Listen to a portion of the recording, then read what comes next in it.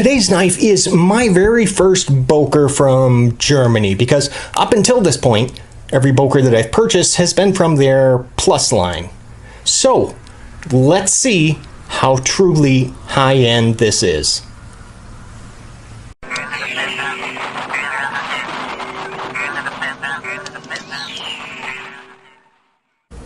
Hey, I'm Jay, and if you're looking to buy a knife and you need to see what it's like first before you drop your hard-earned money on it, here's what you gotta do. Click on subscribe so I can help you, and remember to click that bell notification so you don't miss a thing.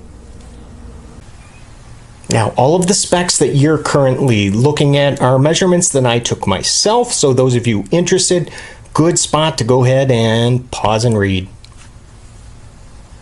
This is the Steve Kelly designed Boker Gulo, and as usual, we'll get into what I like about this, and we'll talk about some of the potential deal breakers. First, let's take care of those size comparisons, shall we? And we're going to start out with a Kershaw, the Cryo, and how about a Cold Steel, American Lawman, and oh, of course, we gotta toss this one out there, the Spyderco PM2.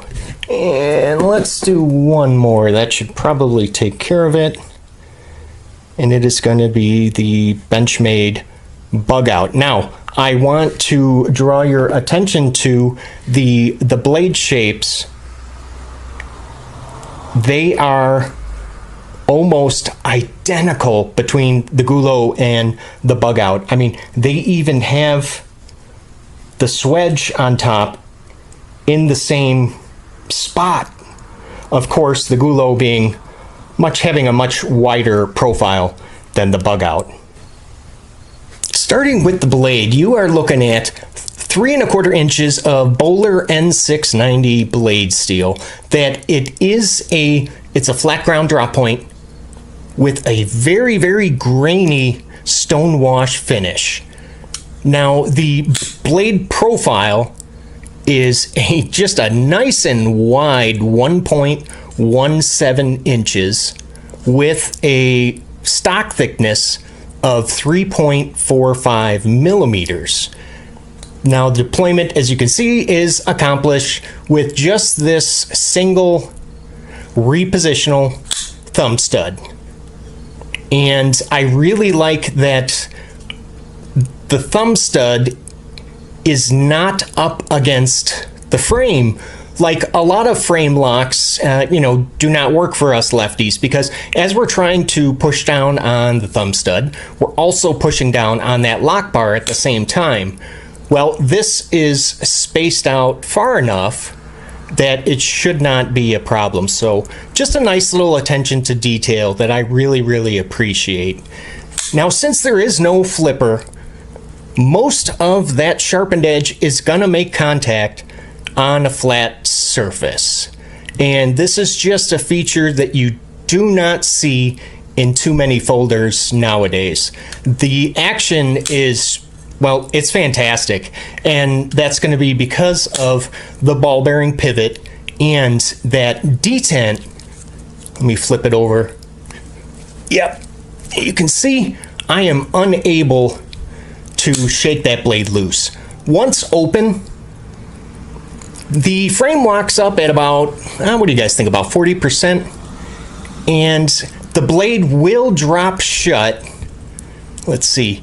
You can see it does require just a little bit of shake and bake, and centering is not perfect, and in fact it is off just a little bit.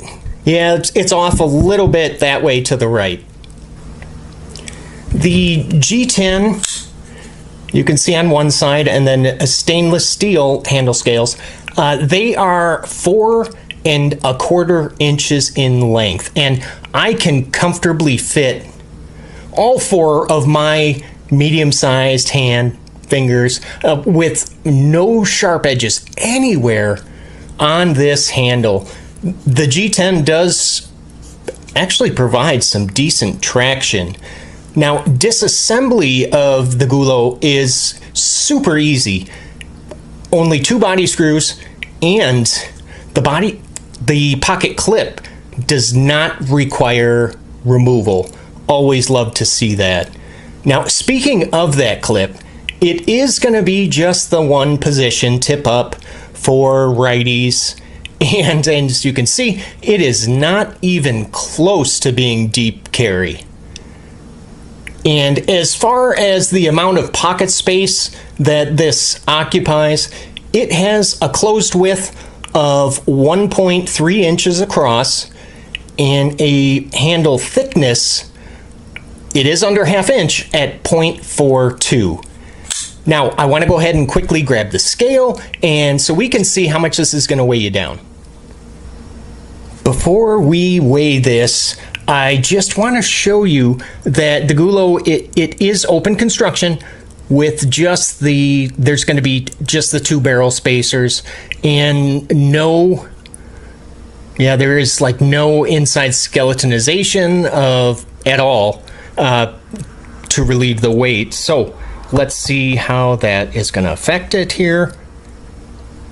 That's not bad. 4.3 ounces, which is going to be roughly the equivalent of 1, 2, 3, 4, 5, about 5 AA batteries, or very close in weight to the cold steel American Lawman. Now, before we get into the potential deal breakers, I just want to quickly remind you to go ahead and click on that subscribe button if you're looking for knife reviews that get right to the point. Potential deal breaker number 1. And some of you may have noticed this already, the fact that there is no jimping anywhere at all on this knife.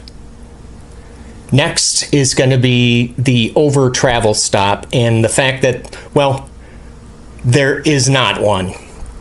Now, I was able to intentionally overextend the lock bar, but then that made it real easy to, shake the blade loose. With the over travel stop, it would prevent you, from being able to overextend that lock bar. Next is going to be the pocket clip and the fact that there is no lefty option. Really is a shame, because this is just a gorgeous knife, and for them to not include something so basic. Now, the clip location really does leave quite a bit of handle exposed, and that is all for the sake of this lanyard hole. So considering that I am not a person that actually uses lanyards, it can be kind of frustrating when that hole affects the positioning of the clip, especially here where it makes it such a shallow carry now. Now, during disassembly, I did notice that sometimes the pivot would spin free. And it wasn't a huge deal. All I had to do was just have a Torx number 8 on both sides, to stop it from spinning. But for those of you that do not have 2 T8s, just be aware that you could encounter that problem. Next is going to be the price.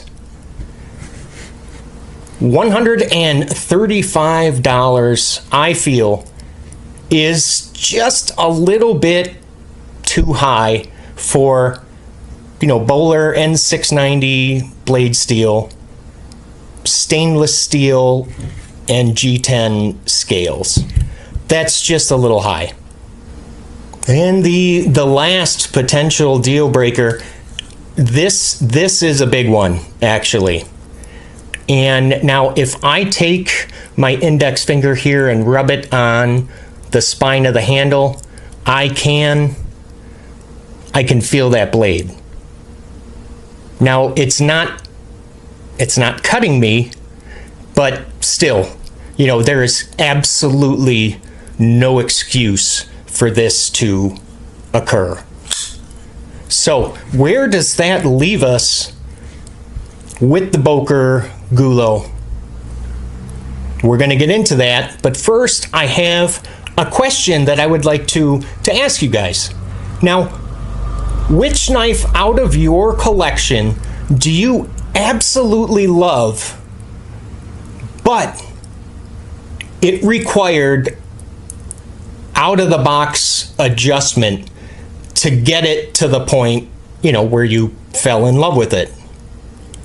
Let me know in the comment section down below. For me, it was my Spyderco Domino, because out of the box, the action was just horrid. And the blade centering was off, so I did have to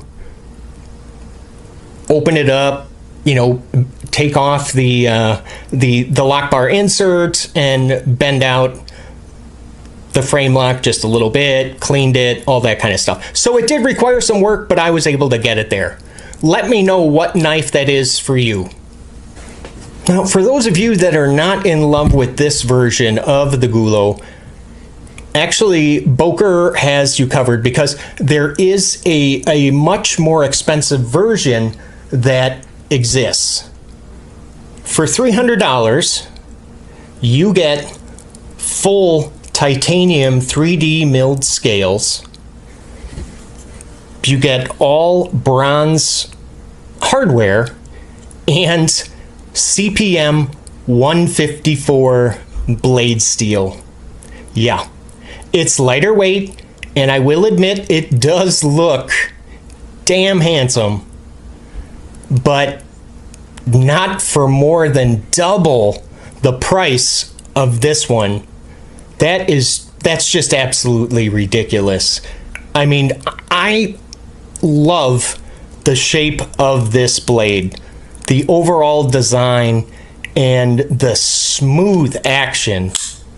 But be aware that my example did require quite a bit of adjustment right out of the box.